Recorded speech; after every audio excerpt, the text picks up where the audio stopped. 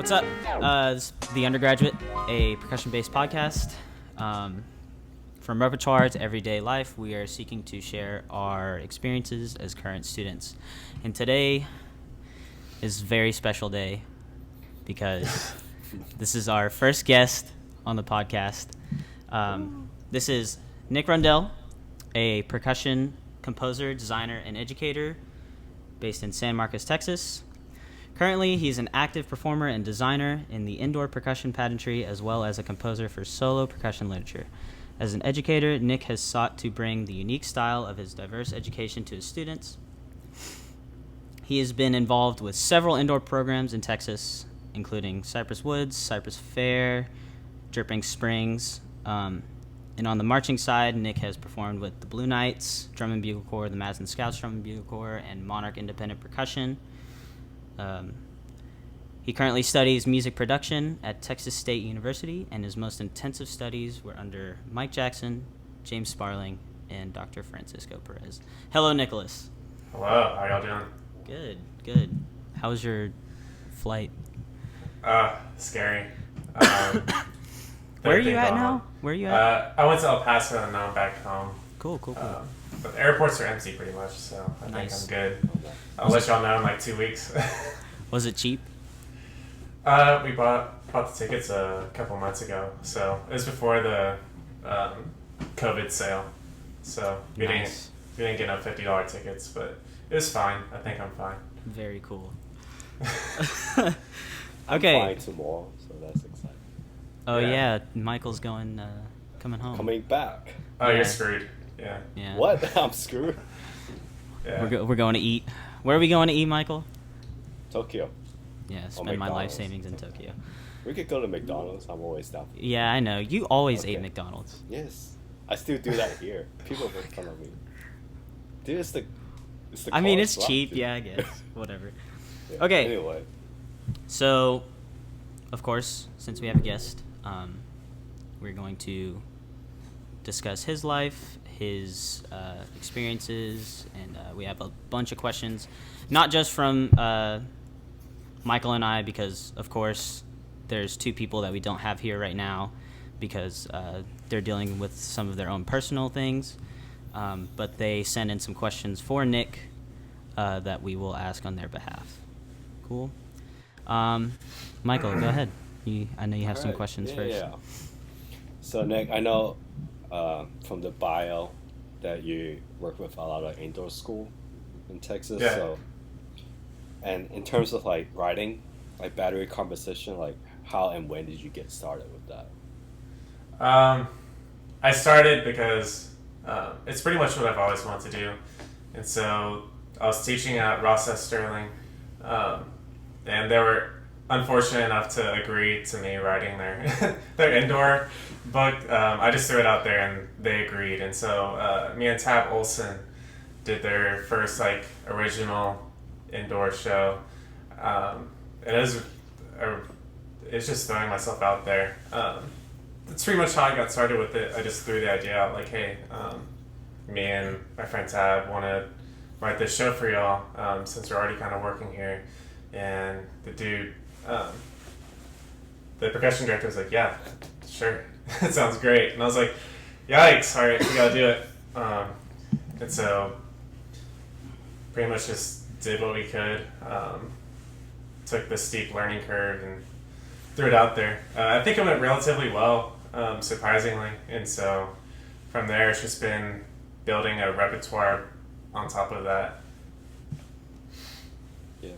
Cool. So what's your strategy to like continue to get your name out there? Because I know once you move to Austin, you still get named pretty like more gigs, right?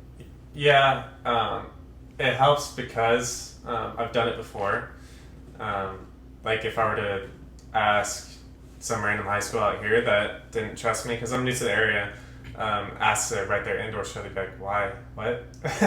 You know, we're just gonna buy a pre-made show and just do that." But I got gigs out here because I started teaching at Dripping Springs, and that was kind of my first introduction to the Austin scene. And I started teaching lessons at Lehman High School. So I've been bouncing around, building connections that way. So I didn't really write for anyone first. I just kind of taught. And I actually still write, or I wrote after I moved for Ross S. Sterling again. And this past season I wrote for Lumberton. So it's like, it's not like moving affected me, but teaching in Austin has opened up the ability for me to ask if I can, the ability to ask if I can write shows up here. So it's really about building connections first. Like if you're teaching somewhere, like you want to build relationships with the people around you before you even try to ask, like, hey, I'm super young and don't have a lot of experience. Let me write your show for you. You know, that's not a good sell.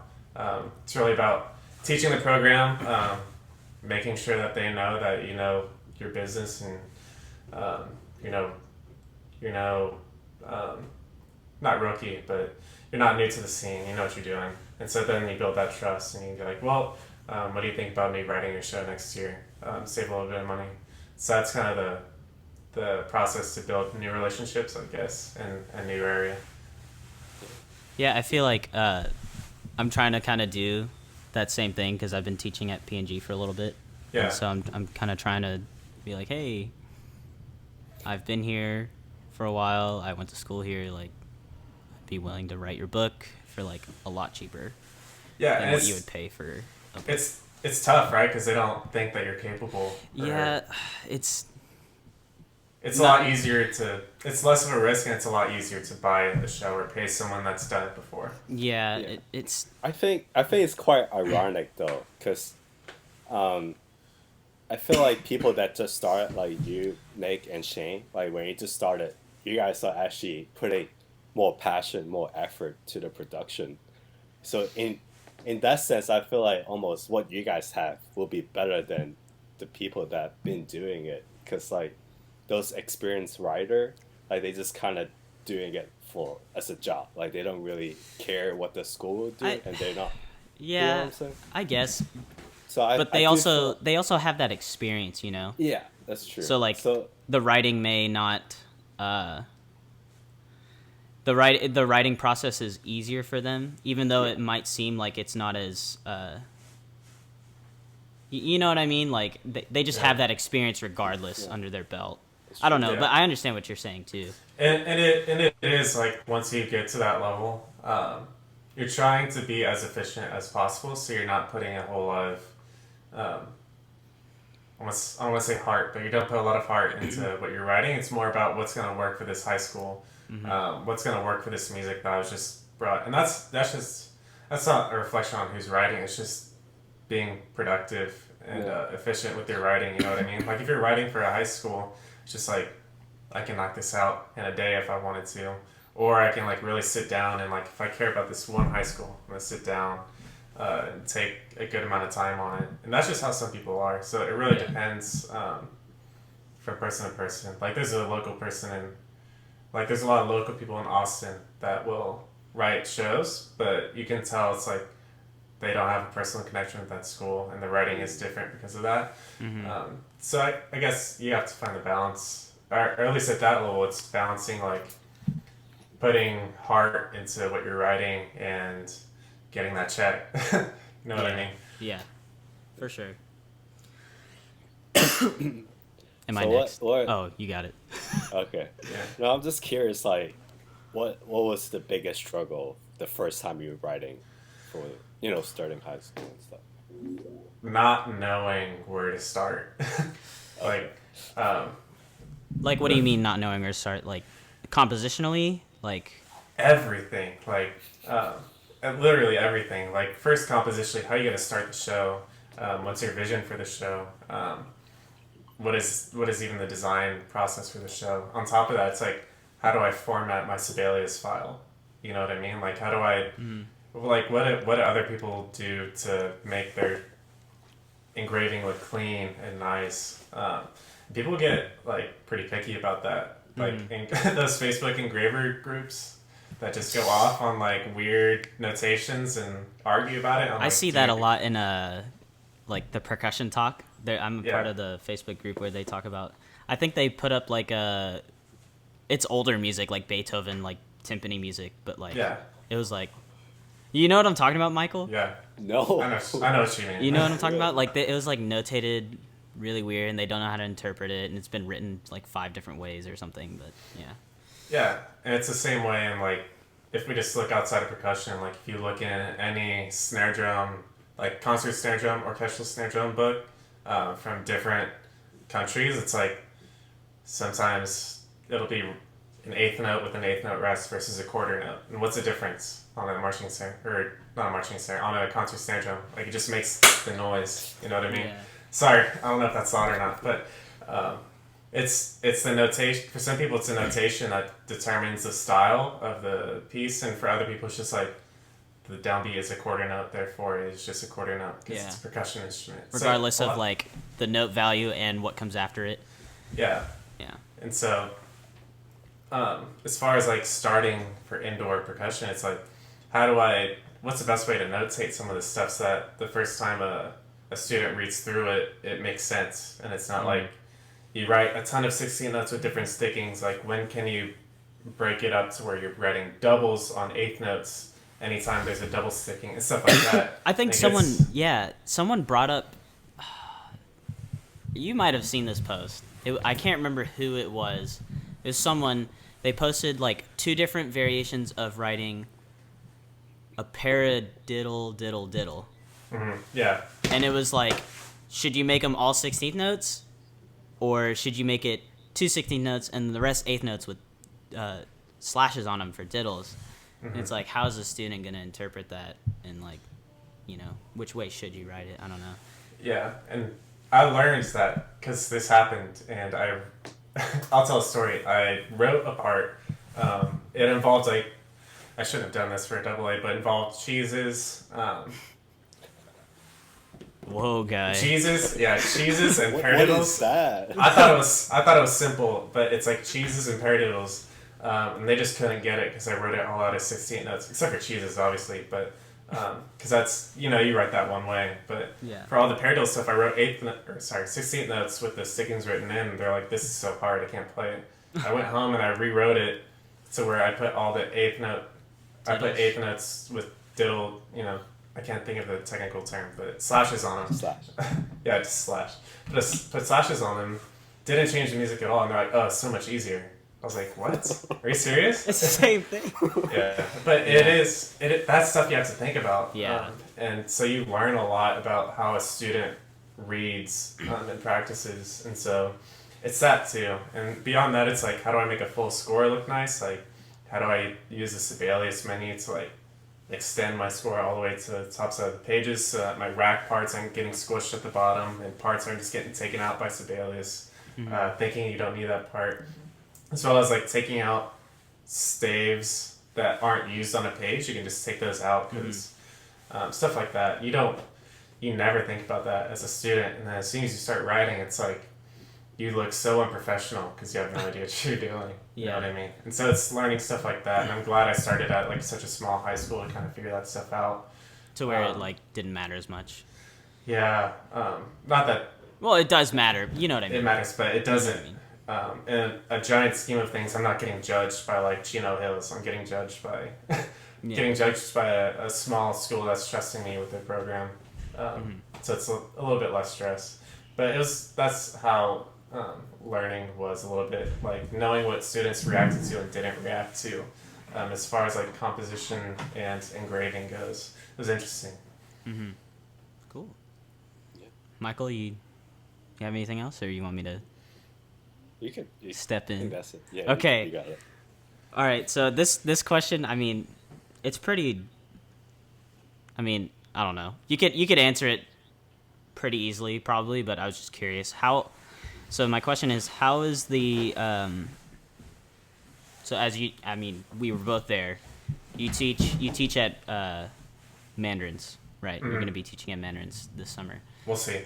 Maybe if the summer still happens. Yeah. But you also were marching with me at Monarch, and the staff is the same. How is that, like, You know what I'm talking about, right? Like, Yeah. how is that like marching under somebody who you're also going to teach with, like, within the next couple of months?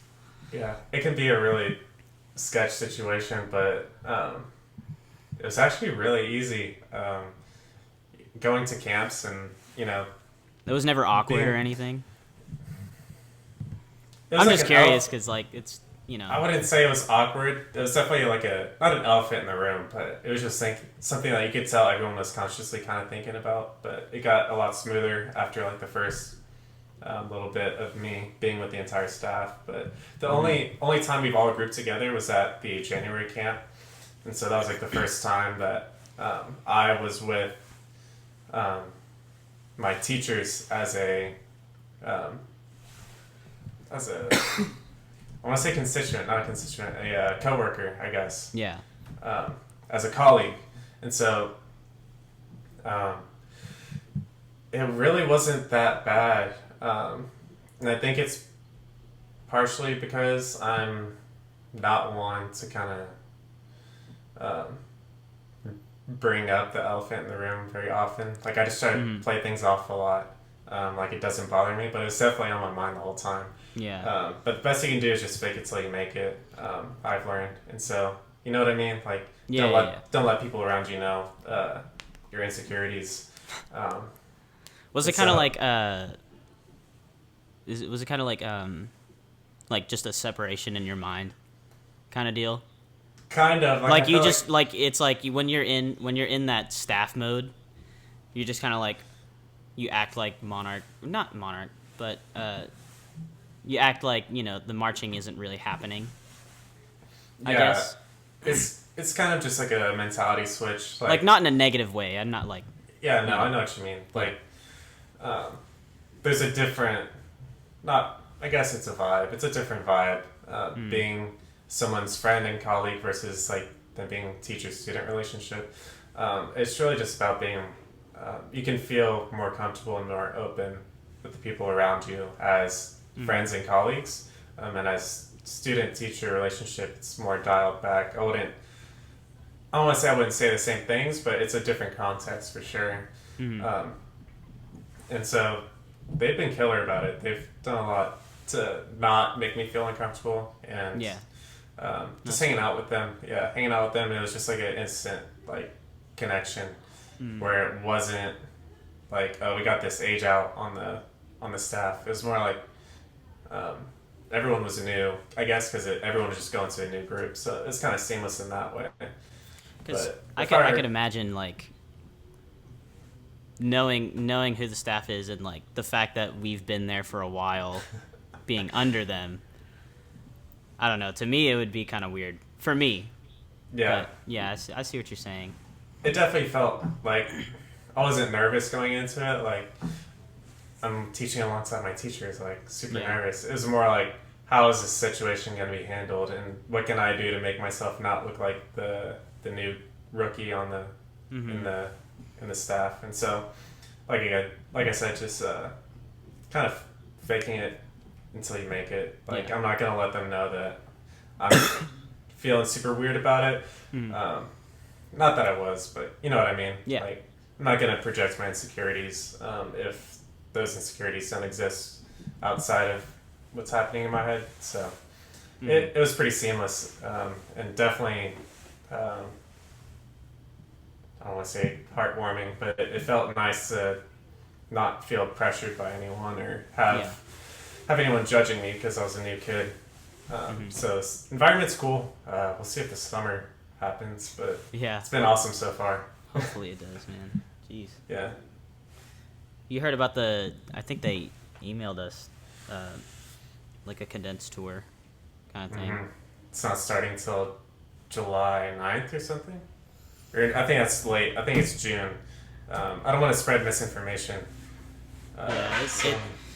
So the normal move-in date is probably around middle of May to late May for most corps, and if the listeners aren't aware, like they're kind of making a call to possibly move toward to a solid move-in date for all corps to be later. So yeah, I actually nailed it. Competitive season doesn't start until July 9th. so competitive season. Yeah, so it's not Move-In's July 9th. It's competitive score-wise Yeah. shows July So 9th. that would only be, what is that, a couple weeks later than normal? Because normal shows usually start around late June, right? Yeah. I think. I don't know. Last couple weeks of June. So it's not terribly off. Yeah, it sounds like it's way later. Like, geez, that's like almost the end of the season. Yeah. But in reality, no. It's only a couple weeks. I think all you would miss is Cali tour. Mm-hmm. Oh man, But, yeah. that's the fun part. Yeah, I was gonna do Cali tour for my first stint at Mandarin. Super excited, but maybe I'll just we'll miss all of Cali tour. And Dang. Hopefully not. Hopefully, well, I mean, hopefully the whole condensed tour thing stays that date and doesn't push back anymore. Because I feel like if they push it back anymore, there's like no point, and they should just call it. Yeah, just call it. But personally, for me, I think my personal opinion is that the drum corps season is way too long as it is. Mm-hmm.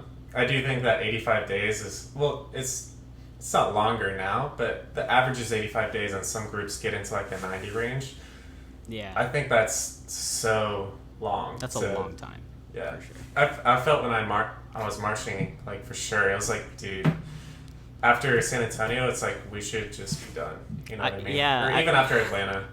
I felt that like when we were together, I felt that like the last 2 weeks I was like, man, I'm really tired.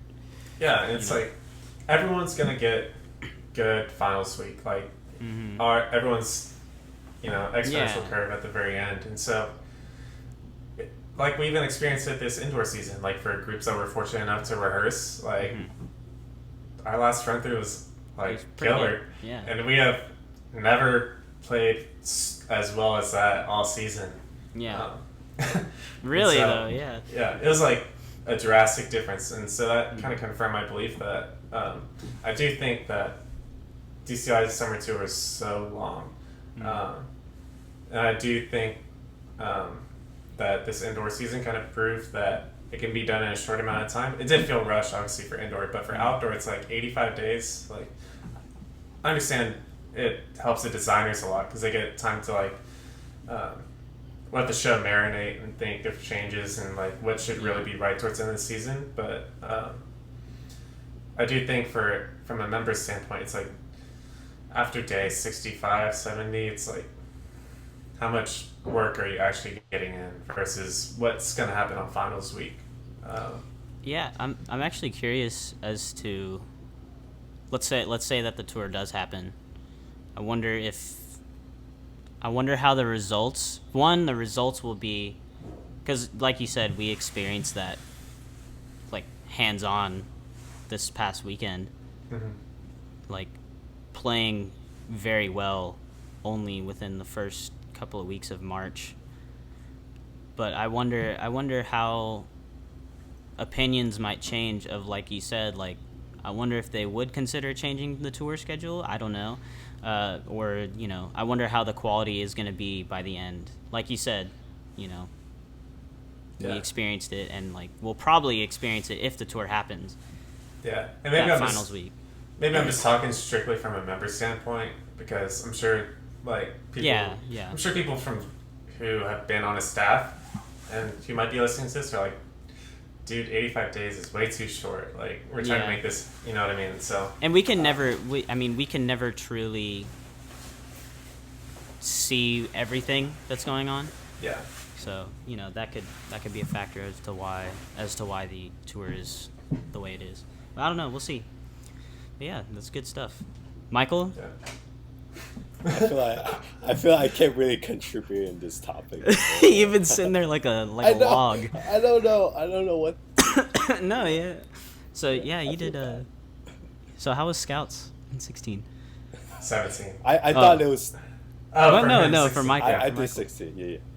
I thought 85 days was way too long because I already wanted to go home at San Antonio, like you guys said. So yeah. No, I completely agree. Nice. No, I don't know. Good stuff. Joe Quo is weird. Yeah, Good that's stuff. my contribution. Good stuff, Yeah. Michael. It's Yeah, but to relate to Michael, like, I'm sure like y'all know this now, is that drum corps is such a different animal than concert percussion. You know what I mean? And like, you can be super good at marching percussion, but you can't play behind a marimba, and like all of a sudden you're not a percussionist, you're just a drummer, and that whole talk. And so, I do. I think that's the that perfect is- transition. We'll get That into is- that. We'll get into that. Okay, but that is a stigma. You know what I mean? Oh, Like, yeah. you're not a percussionist unless you can play everything, and that's something I think about a lot. Kind of switching from. I don't want to get too much into the topics that I've going forward. but- Actually, yeah, are let's we just about to segue. talk about that? Are we about to Yeah, talk about let's- that's the let's talk about perfect. it. That's transition. perfect. That's perfect. Michael, you had some questions. Yeah, I do. So Nick, we went to school together at Lamar. You're a Yeah. music education major. All three of us. Mhm. Yeah, and so, but what made you change your major to music production?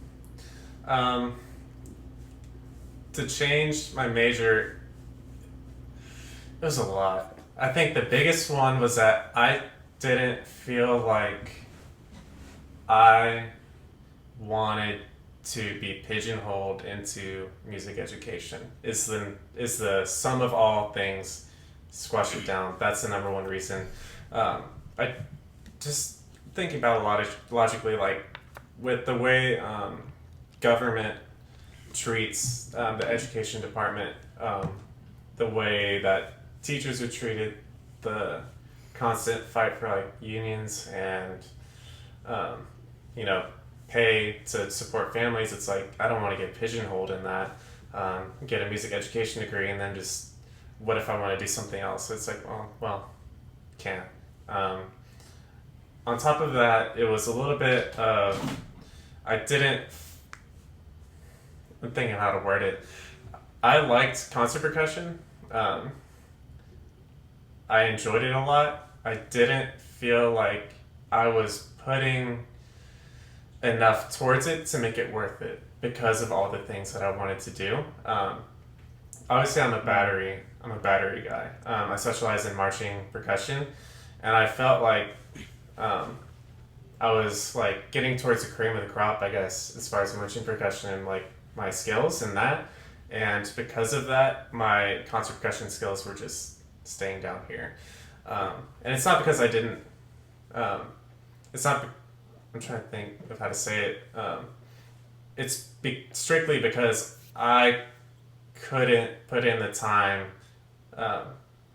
in concert percussion, making it as good as I am as marching percussion, because I had so many other interests, like sound recording technology, like writing music, like composing. And I feel like I was doing myself and my educators and peers around me a disservice because I didn't put it higher on my priority list. So I still like teaching. I still teach concert percussion, and I try to remember everything that I was taught because it was kind of a while ago. I try to remember the things that I was taught, and I do try to get better at it. Like as I teach my students, I learn the same thing that I'm teaching my students. Not because I don't know it, but because I'm teaching them things that I've played before and that helped me. And I like to go and relearn it and kind of hone my skills that way. I switched majors because I couldn't warrant the time that I wasn't putting into concert percussion and starting to put into writing and writing percussion as well as writing like music like drums, guitar, bass music, as well as wanting to do like recording studio type of stuff. It was just a lot, and I was just trying to like put all these things I want to do in life on this one plate, and things were falling off. And that was my big switch. Was I want to get a degree in sound recording technology because I have so many credentials in marching percussion, and that's my forte, and I really enjoy it. And I enjoy teaching students and drumlines marching percussion techniques and philosophies. And so, taking my schooling to sound recording technology, that's getting all of the things I want to do for like recording studios, mixing, mastering, doing recording projects, stuff like that. And so it's really just taking those credentials I have for marching percussion, learning something totally new, and putting, now that I'm aged out, I can totally do it. Like putting all of my marbles into this one bag, and maintaining marching percussion and composing for marching percussion, and starting to build this recording studio, mixing, mastering, audio engineer stuff. So it's really just a change in like, not interests, because I love concert percussion and it's its own beast, and I didn't think I could put enough time into mastering it as I could, if that makes sense at all. Yeah. I think, well, Shane took the different route as it did. I think he actually focused more on concert percussion now, right? Because when I first met Shane, he always just drums and pads all day. Yeah. Right? Yeah, I guess. Yeah. So I mean, Shane, I think it's because that was the environment that was created where I was and how I was brought up, especially living in Southeast Texas at that time. Mm-hmm. But I think who really introduced me to the who really, I mean, you know, there was a number of people who introduced me to concert percussion. Yeah, sure, Michael, I'll credit you. Whatever. But you know, Dr. Perez really started me, because I think the biggest thing that happened for me was whenever he was like, he put Kiji in front of the stand. He put Kiji on the stand. He was like, play it. And I was like, okay. And I played it very poorly and the incorrect way of what the standard is for playing that excerpt.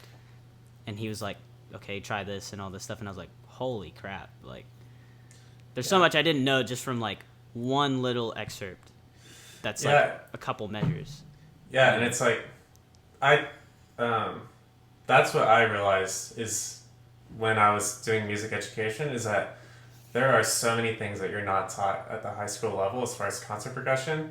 As soon as you get to college, it's like you get hit by a train. It's like you realize that you have done everything up to this point wrong. Yeah. You know what I mean? I think it depends on also like who you've been exposed to, and like, because there's some killer high school players that just know what's going on. But I would say that a lot of high schools put emphasis towards marching percussion and drum line. Especially, yes, especially in Texas. And it's like, I didn't get to a school like that. Mine was more concert percussion oriented because of the guy that teaches there. But I didn't take private lessons or anything, so I kind of missed out on all the details. And so when I started taking private lessons, especially with Dr. Perez, it was like, he taught, when he was like teaching how to like sight read and like how to read music efficiently, I was like, dude, like where was this my freshman year of high school? Yeah. You know what I mean? And so like I said, it's just a totally different beast that you have to put equal amount of time into. Like if I put all this time into marching percussion, it's like, as much as that makes me like a better musician, it doesn't help me at playing marimba or sight reading concert snare. It helps with like rhythms and stuff, but or like mentality stuff, but it doesn't help with finesse at the triple P level with totally different sticks. You know what I mean? It's just so different. That's all I think. Bringing back to the high school thing, though, I think it'll be a complete different story if you guys are from Chicago and New York. Oh, yeah, it's all. I think it's regional for sure. Yeah, it's regional because there's very little watching going on, and there's a lot of classes. Yeah, if you think about the East Coast, like very like classically trained people, like you have all those big schools like Manhattan. Is Eastman's over there? Yeah. Right, Eastman. Juilliard. Like all those schools, and then not to say that there's not schools like that all around the whole country, but those big schools, like you'll see them mostly on the East Coast, or Boston Conservatory, but and then you look at the West Coast, and it's like you have schools like Chino Hills, you have all the big indoor groups are there for marching percussion. Like it's kind of, and then we're kind of like centralized, like we do both. Yeah, it really depends what school you go to in Texas to determine what what kind of education you get. I guess that's true for any school, but especially in Texas, it's like some groups are killer at like doing auditions for call tapes and Midwest and stuff like that. And then there's other schools that like are stellar in like the indoor scene, and like marching percussion, like Vandegrift. I don't know if they do concert percussion or not. I'm not super well versed like what schools do, but it's like your school is usually known for one side or the other. It's not like the school is like killing it, world class, like indoor, but they also do this awesome percussion ensemble that everyone knows about. Like there's not really a school like that. I feel like Texas is always in the middle. Like West Coast is known for like killer high school marching, especially indoor percussion. It's like changing the game. It's like open class indoor in Texas is not the same as open class California. It's like they have middle schools. They have middle schools doing indoor. Yeah, middle schools. That's unheard of for us. Yeah, you know. And so it's just like I said. I guess I keep saying it, but totally different beasts. Depending which one you want to try to go for. And it's like if you're in Texas, I guess, or centralized, and your school tries to do both, it's like I don't feel like you get super good at either one. I went to a more percussion ensemble centralized school. It was like obviously we did marching band in the fall, but we didn't do indoor. We did percussion ensemble in the spring, and I didn't feel like my marching percussion skills and my concert percussion skills were like way better one or the other. Just like I was very mediocre at both. You know what I mean? It's like the first time I actually marched a real group, I guess my first group was Guardians, and it was just like the learning curve was way different. It was like going to Monarch auditions for the first time. It's like, dude, I suck. You know what I mean? But there's also like going to college, and it's like you're seeing all these juniors and seniors playing all this repertoire, and you're like, dude, I suck. Yeah. It's like Michael. It's but it's so like there's not enough time in the world to train percussionists, just in general. You know what I mean? Like a well-rounded percussionist. So hard to do, and people like Cameron Leach or like the route right or like the route that Shane's going. It's like you have to put in so much outside work. It's like you go to rehearsal for like Monarch, the rest of the week you're grinding in the practice room. It's like you don't have much time for anything else. I don't have a life. I guess, but like it's difficult to do that. At least for me it was when I was doing music ed, because I had to worry about a lot of like home life stuff and a lot of I can't remember what I was doing at the time, but it's just I always felt like I had to be somewhere else that wasn't the practice room, and I fell way behind in my concert percussion because of that. So like I said, it's just percussion's hard. Yeah, I think this is good for the listeners, because although like how should I word it? There's like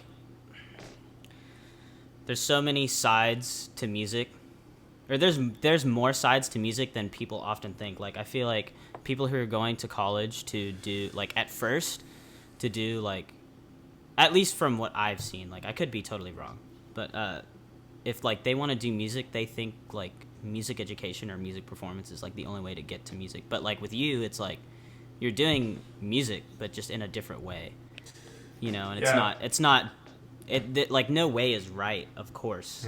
Like obviously no way is like better or worse. Like it just depends on what you want to do, and like just know that there's more avenues to doing music for your life than just music education or performance.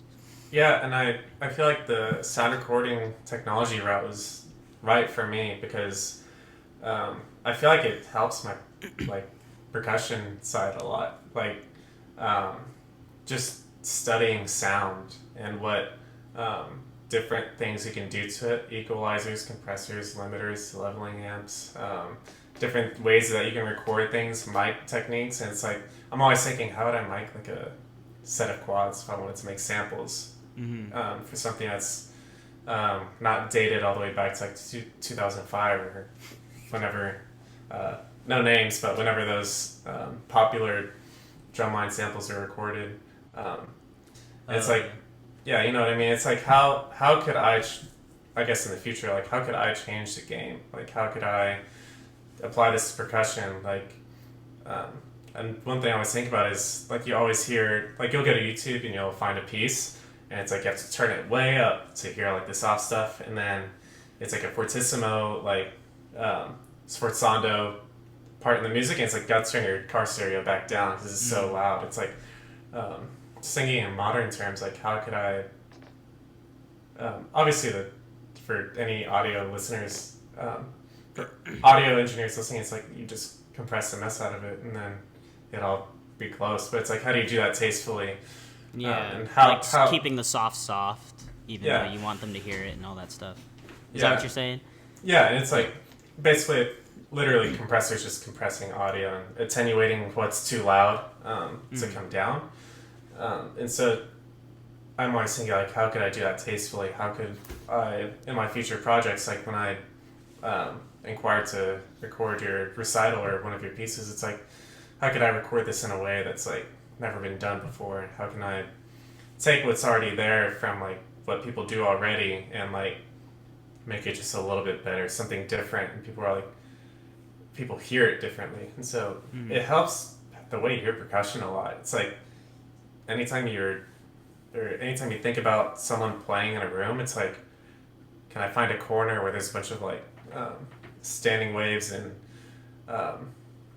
like sound waves just flashing in a corner that I can put a condenser in and capture that and make it a room mic and blend it into the sound of, like, what that, like, you start thinking about rooms differently and you start thinking about how you hear sound from an instrument differently. It makes me think about things in such different ways. And so it is a different route to go for percussion, but I think that for me, if anyone's out there is, like, trying to decide what they want to do as far as their major, or what direction they want to head in, don't let anyone tell you that, like you said, that music education or music performance is the only way. Because I do feel like that is a stigma. Like, if you're not a music education, music performance, it's like, oh, he's a sound recording guy. He probably just sits in the studio all day and records bands. And it's like, no, you can do whatever you want with that. And so there are options out there, and sometimes it's just not that obvious. It doesn't have music in the name, so you kind of have to search for it. You know what I mean? Yeah. And not to say that either route is better or worse. You know, Yeah. it's just whatever is pertinent to, you know, your life, you know, which is cool. I always feel like it's important that you actually wants to do it. You know, Yeah. You can't just keep doing music performance or music education just because you like music. You actually have to enjoy playing or enjoy teaching. Yeah. Otherwise, you just waste You know, your time. yeah, wasting some your some people get into that rut of, like, they get to their last year and they're like, man, should I even have done this? You know, and it's just like you're just stuck. Yeah, Yeah, I like actually how- thought about that.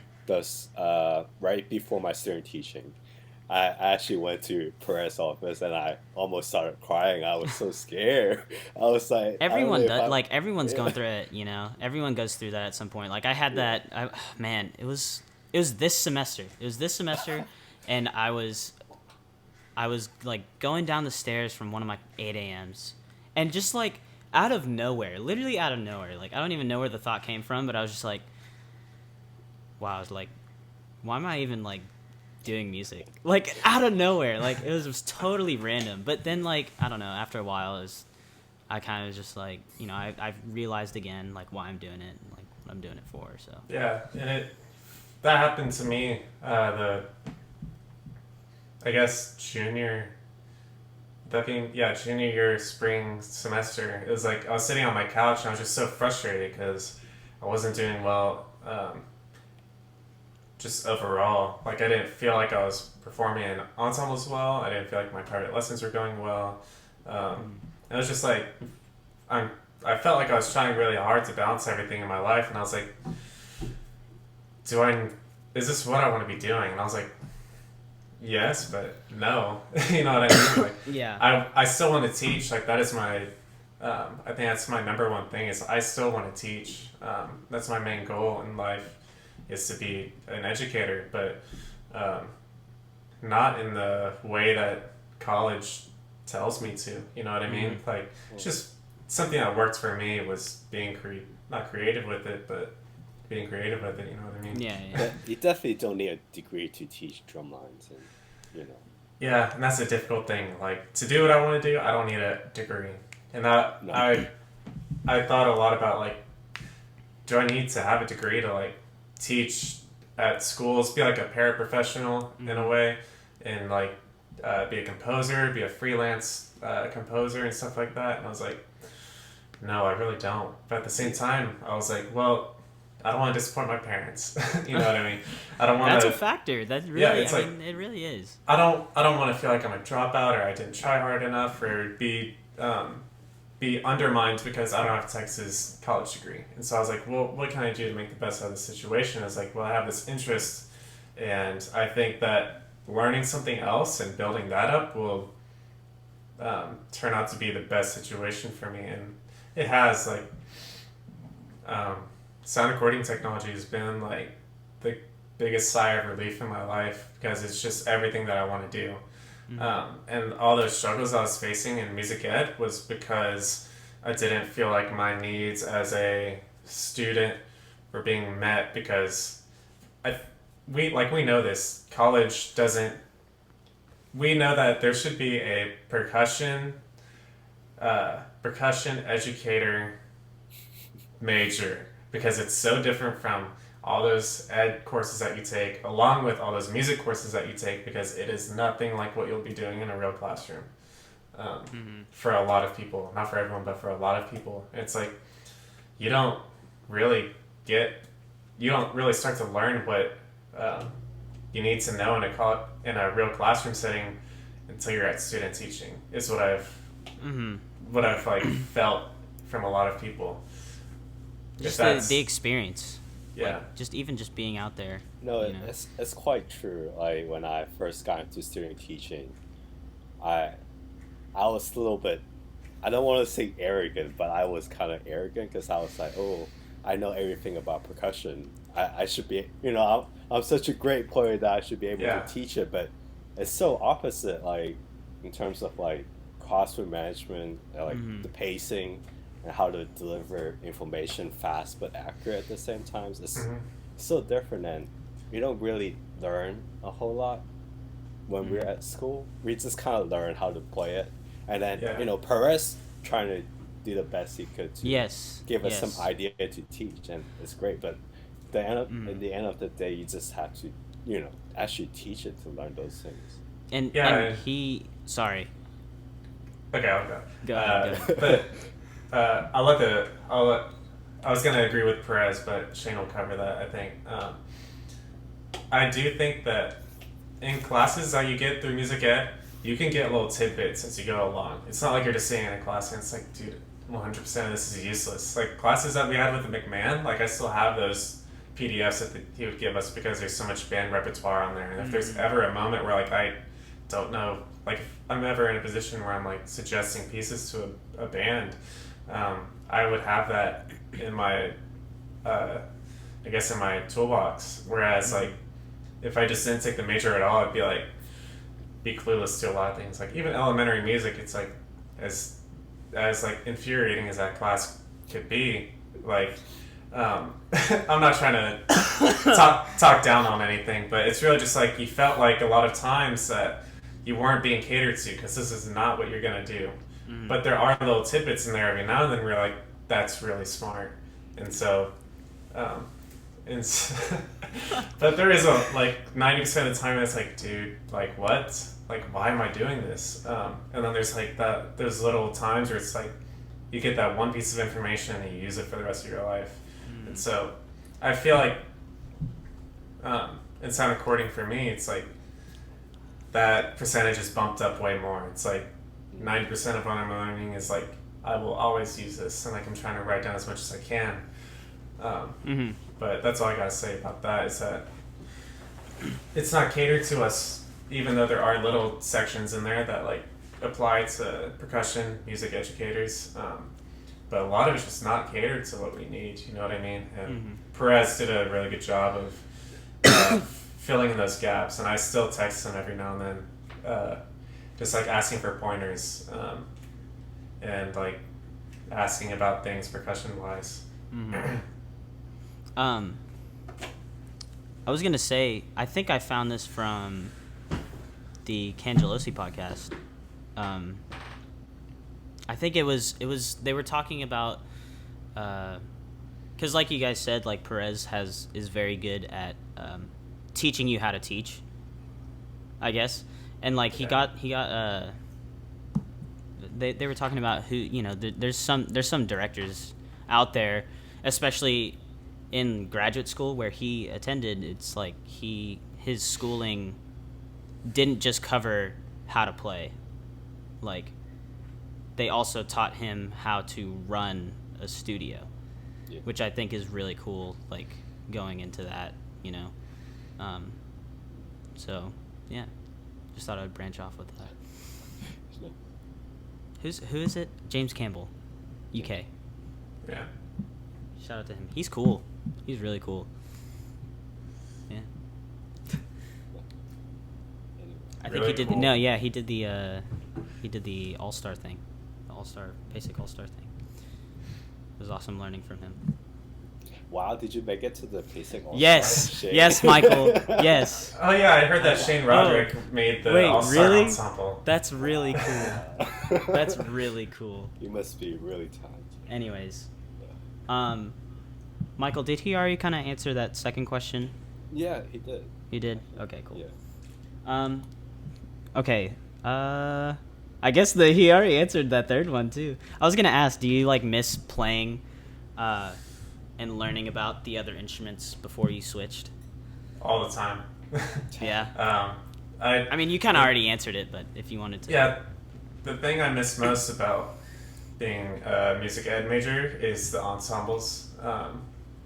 That is like, dude, if I could play something like Aether again with like a group of people, that would be like a dream come true. It's just like, I miss playing a lot, and I don't, it's not like I'd rather do it, it's just every now and then, like, I get like the urge to want to like be in a percussion ensemble, or like want to start learning like a marimba piece or a vibe piece, but it's like I don't have time for that. Maybe when I graduate, it's like I can find time to get into that again. But can you be in the ensemble? If you choose. Oh yeah, I'm curious about that. I could. Like you're still in the music department, right? Like that's okay. It's considered a science degree, but there are music credits along with it. Like you have to do like all the theory classes, piano classes. It's all the like music basics, I'll call it. It's all the music basics. But you don't have as many responsibilities as far as beyond your sophomore year. It's pretty much like you're a music major until after your sophomore year. And because I took all those music classes already. Oh yeah, did those transfer? Yes, every Nice. single one. And so I don't have to take theory or oral ever again. The only thing I had to do was one semester of private lessons with Butch Miles, which was dope. Got a lot better at jazz drumming. That's a big name. Yeah, got a lot better at jazz drum set, and so that was cool. But that was it. That's all I had to do for my music portion. But I could be in an ensemble if I wanted to, I think. But because this is my 4th year of college and I'm starting a new major that I've already kind of completed, like halfway, I'm trying to keep my... Sorry, how many years do you have left? I wish I could tell you. Oh yeah, more. Yeah, I think it's going to be about a year and a half until I graduate, which isn't bad, but that's just me estimating. Like I could get screwed over, and it's like, yeah, you got 3 years left. Classes. But we'll see. But I forgot what I was saying. Sorry. I could be in an ensemble if I wanted to, but I'm trying to keep my credits down as much as possible to keep that financial aid. You know. What I mean? So. And I'm sure you have like other things that, because all the composition stuff and like all the teaching that you're doing, like That's time is another thing. Yeah, it's like if I'm not at school, I'm either working on whatever school I'm working with, or I'm trying to get into my Quad Philosophies 2 book, which I'm struggling to make time for, but it will happen. But it's just like I'm also building my audio engineering portfolio, so there's a lot that I have to like balance.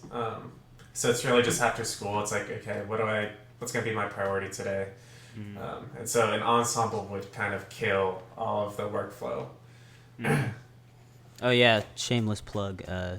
Nick has a quad book out, Quad Philosophies. Go purchase it. Yeah.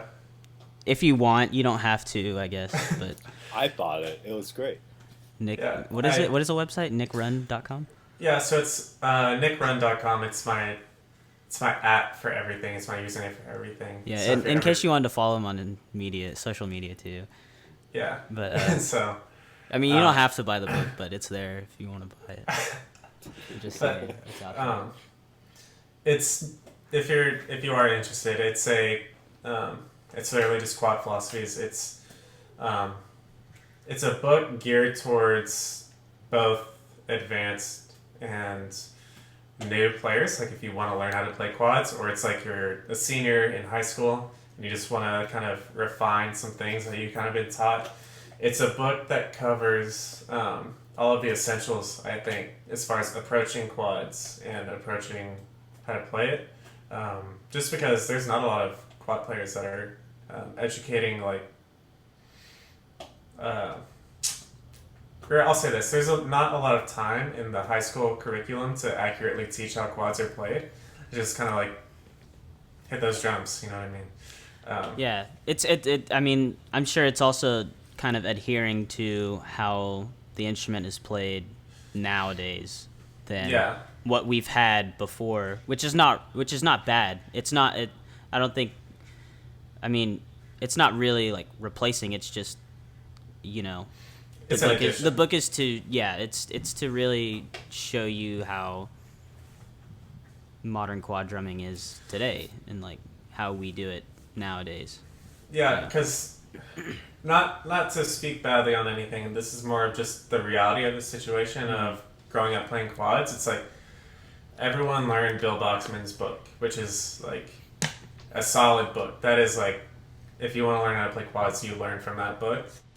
But I do think because, not because it's dated, because it still works, but there are different ideas as far as how to approach the instrument, and that is becoming more and more popular every year. And so it just kind of adds on to what he's already built, and it's just saying, hey, this is a different, but it's like a modern way to think about how to approach playing quads. And the interesting part is that there's no music in the book, because that's what I'm saving for the second book. It's all about your mindset and approaching the instrument. There's a couple of like little like PDFs, like stock quad rounds, like 7/8, 9/8, 13/8, and like going between 1 and 2, and those types of rounds. But there's no like etudes or music or like when to use certain crossovers. Is in a music sense, like in vocabulary. It's just very much approaching the instrument.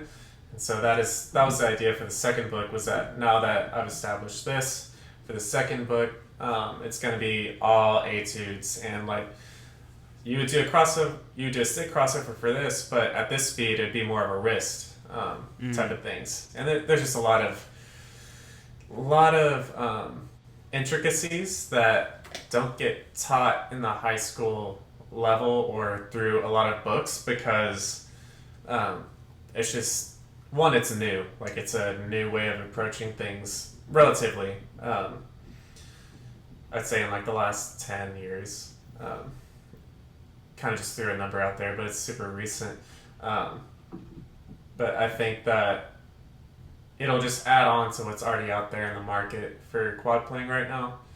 So that's a little bit about the book.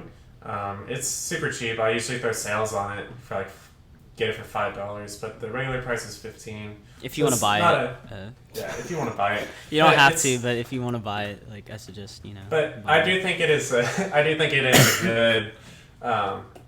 It's good for teachers. It's good for students, but it's also good for teachers. Like I know a lot of people have told me that they like to use that book to kind of refer to when teaching their quad students, because oftentimes when you're a snare drummer, like how often do you listen to the quads when they're getting comments over the summer? You know what I mean? Like unless you're actively thinking about it, it's like you're more worried about your job. Then as soon as you step in front of a drum line, it's like, yeah, I don't know. I just hear like the rhythms in front of me, and I can tell they're not in time with the quads, and I can tell that they're like smacking rims. But what am I supposed to say? Like, how are you supposed to avoid like the stop, get the rims out comment? And so I think it's a book to kind of help everyone kind of just understand like tendencies and mindsets and how to approach them, so that when you're teaching, or I guess talking from a teaching side now, when you're teaching, it's like you can use that book to kind of like identify some problems that you probably didn't think of, stuff like that. So that's my little spiel on the book. I do think it's useful. It's not like Stephen's method of marimba, like hundreds of pages, or actually 97 pages, because I counted. I looked at the back of the book in my recent lesson to see how many pages, but it's not like tons and tons of information. It's like, I think it's 10 pages, and it just covers like zones, everything that you would need to know on a first level basis as far as teaching quads. And if you're a student, kind of refining some stuff that you've probably been taught, but also probably never even heard of before, like scrape zones and alternate zones and stuff like that. Do you have a promo code? Type undergraduate and it's like $2 or something. Yeah, what the heck? Actually, I'll do that after this podcast. I'll do it after the podcast. Yeah. So for my book, there is a promo code section right by the book. I'll do undergraduate all uppercase. If you type in undergraduate all uppercase, all one word, get the book for $5. Okay. I'll link his website in the description of the video as well, in case you want to look at it. Yeah. You don't have to buy. You don't have to buy the book. You know what? Just don't. No, I'm just kidding. Buy the book. Buy the book. I'll put it up for a good amount of time, like a few months, just so that people don't feel like they missed out. But yeah, don't forget to remind me. I'll forget as soon as we hang up. So. Any other questions, Michael, that you have? I think that was a good ending. Yeah. Good? Everything good? Okay, now we have to no, yeah, we're good. Okay. I'm just gonna hold on. Okay, yeah, we're good. Okay. Bye. Okay, bye. Yeah, that's good. What is up, guys? Thank you again so much for taking a look at another episode of The Undergraduate. The response we've been getting is awesome from you guys, from watching all of our videos and listening when you're on the go or whatever it is you may be doing. If you haven't already, make sure you hit the like button, make sure you subscribe, and make sure you turn on that notification bell so anytime a new episode comes out from us, you'll know and you'll be able to listen right away. Before you go, I forgot to mention, if you go to nicrund.com, then go to products, click on modern quad philosophies, add that to the cart, and enter promo code undergraduate in all caps. You'll get $10 off your purchase.